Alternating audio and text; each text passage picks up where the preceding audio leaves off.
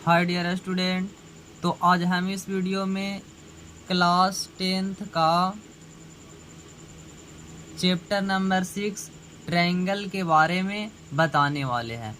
तो आज इस चैप्टर का स्टार्टिंग है, तो आप लोग शुरू से और बारीकी से इस चैप्टर को समझिएगा। इस चैप्टर का नाम है त्रिभुज। इंग्लिश में त्रिभुज का बोलते हैं ट्रायंगल्स। तो इस चैप्टर का ही नाम त्रिभुज है, तो त्रिभुज के बारे में भी हम लोग थोड़ा समझ लेंगे त्रिभुज क्या होता है। तो त्रिभुज तीन असंरेख बिंदुओं को मिलाने से बनी आकृति त्रिभुज कहलाता है। तीन असंरेख बिंदु यानी संरेखी नहीं होना चाहिए। असंरेख बिंदु को मिलाने से बनी आकृति त्रिभुज कहलाता है। या इसका एक डिफिनेशन और है, तीन भुजाओं से घिरी हुई बंद आकृति को त्रिभुज कहते हैं। या तीन भुजाओं से घिरी हुई बंद आकृति को त्रिभुज कहते हैं। देखिए ये इसमें तीन भुजा है, ए बी, बी सी और ए सी, और ये तीनों भुजा से बंद आकृति को त्रिभुज कहते हैं। अब पढ़ेंगे सर्वांगसम आकृतियां। आप लोग का समझ में आ गया होगा कि त्रिभुज क्या है, त्रिभुज किसे कहते हैं। तो हम लोग समझेंगे सर्वांगसम आकृतियां किसे कहते हैं। तो वैसा आकृति जिसका समान आकार तथा समान अमाप हो, यानी आकार और अमाप दोनों समान हो, साइज एंड शेप दोनों बराबर हो, उसे सर्वांगसम आकृति कहते हैं।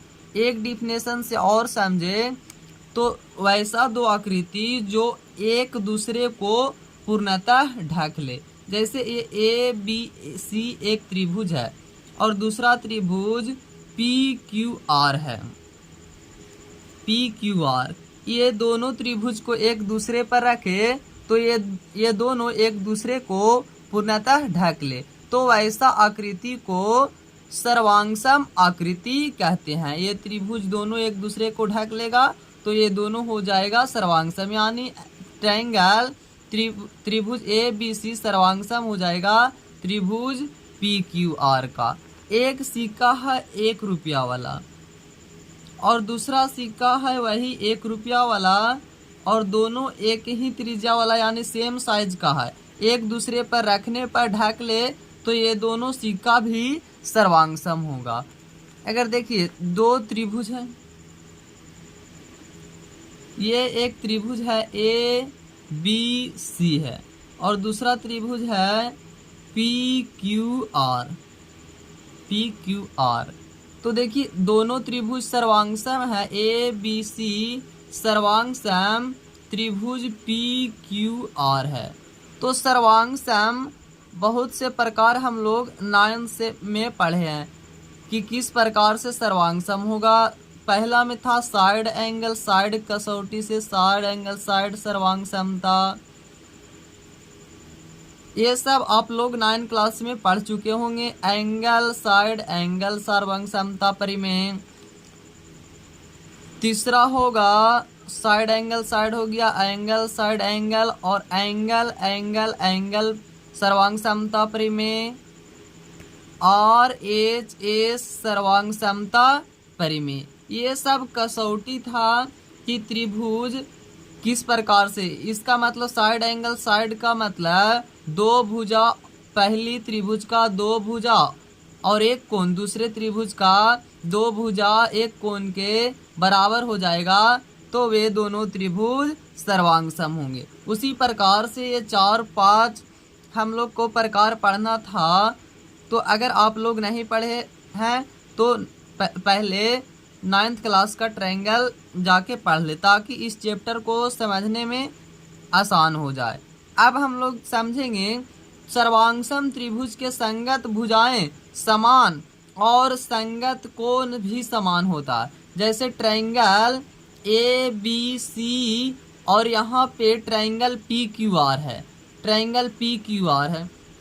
तो इसका समझेंगे कैसे कि कौन कौन किसका बराबर है। यहाँ तो समझने में दिक्कत होगा। तो यहाँ सर्वांगसम है तो सर्वांगसम त्रिभुज का संगत कोण बराबर होता है, यानी एंगल ए तो इसका एंगल पी बराबर हो जाएगा, एंगल ए का एंगल पी बराबर होगा, और एंगल बी तो एंगल बी बराबर हो जाएगा एंगल क्यू। यानी संगत दो त्रिभुज सर्वांगसम है तो उसका संगत कोण समान होता है और भुजा भी समान होता है। पहले दो भुजा लेंगे यानी ए बी लेंगे तो इसका भी पहला 2 पॉइंट लेंगे पी क्यू, तो ये भुजा बराबर होगा बी सी बराबर होगा क्यू आर, और ए सी बराबर हो जाएगा पी आर। तो हम लोग ये सब 9th क्लास में पढ़ चुके हैं। तो ये सब था सर्वांगसम आकृति, सर्वांगसम आकृतियाँ क्या होता है। तो आप लोग का समझ में आ गया होगा कि सर्वांगसम आकृतियाँ क्या होता है, किसे कहते हैं। जो पूर्णतः एक दूसरे को रखने पर पूरी तरह से ढक ले उसे सर्वांगसम आकृतियाँ कहते हैं। अब समझेंगे समरूप आकृति। समरूप आकृति किसे कहते हैं। तो वैसा आकृतियाँ जिसका आकार समान हो तथा उनके अमाप समान होना आवश्यक नहीं है।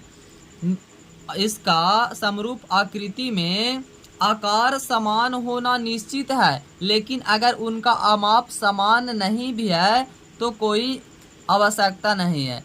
अगर उसका अमाप समान नहीं है तो भी समरूप आकृति हो सकता है अगर उसका आकार समान रहेगा। तो एक बात और समझ लीजिए कि सभी सर्वांगसम आकृति समरूप आकृति होता है, क्योंकि सर्वांगसम में आकार और अमाप दोनों समान होता है और समरूप में सिर्फ आकार समान होता है।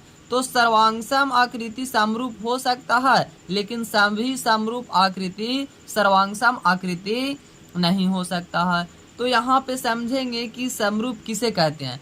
तो समरूप जैसा कि डिफिनेशन हम बता चुके हैं कि जिसका आकार समान हो। जैसे एक ले लेते हैं वर्ग जिसका भुजा की लंबाई 4 सेंटीमीटर है। ए बी सी डी एक वर्ग है, इसका भुजा की लंबाई 4 सेंटीमीटर। और दूसरा वर्ग ले लेते हैं पी क्यू आर एस, इसका भी लंबाई 3 सेंटीमीटर, भुजा की लंबाई 3 सेंटीमीटर है। तो ये दोनों चतुर्भुज सर्वांगसम होगा। चतुर्भुज ए बी सी डी समरूप होगा। देखिए समरूप का साइन होता है ये और सर्वांगसम का साइन होता है ये हो गया समरूप का चिन्ह संकेत और ये हो गया सर्वांगसम का। तो देखिए इसका दोनों का आकार समान है लेकिन अमाप समान नहीं है। अगर इस वर्ग का भी भुजा के लंबाई 4 सेंटीमीटर रहता तो सर्वांगसम होता, लेकिन यहाँ पे देखिए ए बी सी डी का 4 सेंटीमीटर भुजा है और पी क्यू आर एस का 3 सेंटीमीटर है। तो ये समरूप आकृति है, इसको सर्वांगसम हम लोग नहीं बोल सकते क्योंकि इसका अमाप समान नहीं है। तो चतुर्भुज ए बी सी डी समरूप हो जाएगा चतुर्भुज पी क्यू आर एस का। और एक बात और समझ लीजिएगा कि पहला में 2 वृत्त सदैव समरूप होता है, समरूप होता है। बड़ा छोटा कैसा भी वृत्त हो, 2 वृत्त जिसका त्रिज्या असमान भी हो लेकिन वे भी दोनों वृत्त समरूप होगा। ये दोनों वृत्त समरूप होगा लेकिन इसको सर्वांगसम नहीं बोल सकते। तो 2 वृत्त अगर उसका त्रिज्या असमान है तो पर भी वृत्त वो समरूप होगा। और दूसरा में है 2 वर्ग सदैव समरूप होता है, वर्ग भी समरूप होता है, सभी वर्ग समरूप होता है। तथा दो समबाहु त्रिभुज हमेशा समरूप होता है। और नोट में लिख लेना कि पहला में सभी सर्वांगसम आकृति समरूप होते हैं, लेकिन सभी समरूप आकृति सर्वांगसम नहीं होते।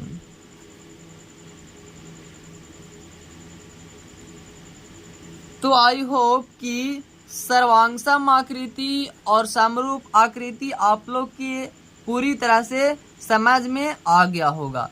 तो अब हम लोग समझेंगे समरूप बहुभुज, सिमिलर पॉलीगन्स। तो यहाँ पे देखिए, दो बहुभुज समरूप होते हैं यदि, जब कोई भी दो बहुभुज समरूप कब होगा, तो पहला में है उनके संगत कोण समान हो। कोई भी दो बहुभुज समरूप जब होगा उनके संगत कोण समान हो, यानी कोई भी त्रिभुज चतुर्भुज जब वह समरूप होगा जबकि उसका संगत कोण समान हो और उनकी भुजा की संख्या समान हो। दो त्रिभुज रहेगा तभी वह समरूप होगा, दो चतुर्भुज रहेगा तभी वह समरूप होगा। यानी त्रिभुज और एक चतुर्भुज समरूप नहीं हो सकता, इसलिए यहाँ पे लिख दिया गया है उनकी भुजाओं की संख्या समान होना चाहिए। इनके सभी संगत भुजाएं समानुपाती हो, अर्थात वे सभी एक ही अनुपात में हो। इनके समरूप आकृति के सभी संगत भुजाएं समानुपाती होना चाहिए। जैसे कि एक वर्ग ले लेते हैं ABCD, जिसकी भुजा की लंबाई 2 सेंटीमीटर है, और एक ले लेते हैं वर्ग PQRS, जिसका भुजा की लंबाई 1 सेंटीमीटर है। तो देखिए इस आकृति का भुजा की पहला में कह रहा है कि संगत कोण समान, तो पहला इसका बात समझिए, उनकी भुजाओं की संख्या समान। ये वाला पहला समझेंगे, उनकी भुजाओं की संख्या समान होना चाहिए। तो देखिए इसमें इस वर्ग में इसका भी 4 भुजा और चतुर्भुज PQRS का भी 4 भुजा है, तो ये सैटिस्फाइड हो गया। फिर इसको समझेंगे उनके संगत कोण समान हो। देखिए ABCD एक वर्ग है और PQRS भी एक वर्ग है, तो यहाँ पे एंगल A बराबर 90 डिग्री होगा, यानी वर्ग ABCD समरूप हो जाएगा चतुर्भुज PQRS का। तो A का संगत होगा एंगल P, और वर्ग का है तो वर्ग का सभी कोण यहाँ पे अभी समरूप नहीं लिखते हैं। एंगल A बराबर एंगल P, वर्ग का सभी कोण का मान 90 डिग्री होता है, तो यहाँ पे लिख देंगे 90 डिग्री। एंगल B बराबर हो जाएगा एंगल Q, इसका भी मान 90 डिग्री। एंड एंगल C बराबर एंगल R, इसका भी मान 90 डिग्री। और एंगल D बराबर एंगल S, इसका भी मान हो जाएगा 90 डिग्री। और यहाँ पे चतुर्भुज ABCD समरूप है चतुर्भुज PQRS का। सॉरी, इसको काट दिए क्योंकि देखिए इसका समान, देखिए इसका आकार समान है, आकार समान है तो ये समरूप होगा। तो यहाँ पे चतुर्भुज ABCD समरूप होगा PQRS का। अब यहाँ से देखिए एंगल A बराबर एंगल P बराबर 90 डिग्री। हम लोग जानते हैं कि वर्ग का प्रत्येक कोण 90 डिग्री होता है। अब इसका कह रहा है तो उनके सभी संगत कोण समान हो। तो देखिए यहाँ पे इसका सभी संगत कोण समान है। एंगल A का संगत एंगल P, एंगल B तो यहाँ देखिए Q है, तो एंगल B बराबर एंगल Q, एंगल सी बराबर एंगल आर, तो एंगल सी बराबर एंगल आर, एंगल डी बराबर एंगल एस, तो यहाँ लिख दिया एंगल डी बराबर एंगल एस। अब समझेंगे कि इनके सभी संगत भुजाएं समानुपाती होता है। जैसे में देखिए इसका मैं पहला 2 पॉइंट लेंगे, एफ बी और इसका पी क्यू, तो एफ बी बटा पी क्यू बराबर क्या होगा, एफ बी का मान 2 सेंटीमीटर और बटा में पी क्यू का मान 1 सेंटीमीटर, सेंटीमीटर से सेंटीमीटर, तो यहाँ देखिए 2/1, तो यहाँ हो जाएगा 2:1। अब देखिए दूसरा पॉइंट मिलाते हैं बी और सी, तो यहाँ हो जाएगा क्यू और आर, बी सी बटा क्यू आर। बी सी का लंबाई है 2 सेंटीमीटर और क्यू आर का 1 सेंटीमीटर, सेंटीमीटर से सेंटीमीटर कैंसिल, तो 2:1 हो जाएगा। तो इसी प्रकार से हो इस ये सब का भी निकल जाएगा, सी डी बटा एस आर बराबर 2:1 एंड ए डी बटा पी एस का अनुपात निकल जाएगा 2:1। तो इसका देखिए सभी भुजाएं का संगत सभी भुजाएं समानुपाती होता है। तो देखिए यहाँ पे सभी भुजाएं एक ही अनुपात में है, इसका भी अनुपात 2:1, इसका अनुपात भी 2:1, सी डी और एस आर का अनुपात भी 2:1, तो ये सभी संगत भुजाएं एक ही अनुपात में है। तो इस प्रकार से दो बहुभुज समरूप होते हैं। तो आप लोग का आशा है आप लोग से कि पूरा वीडियो अच्छे से समझ में आ गया होगा। तो अगला वीडियो में हम लेकर आएंगे एक्सरसाइज 6.1 का सॉल्यूशन।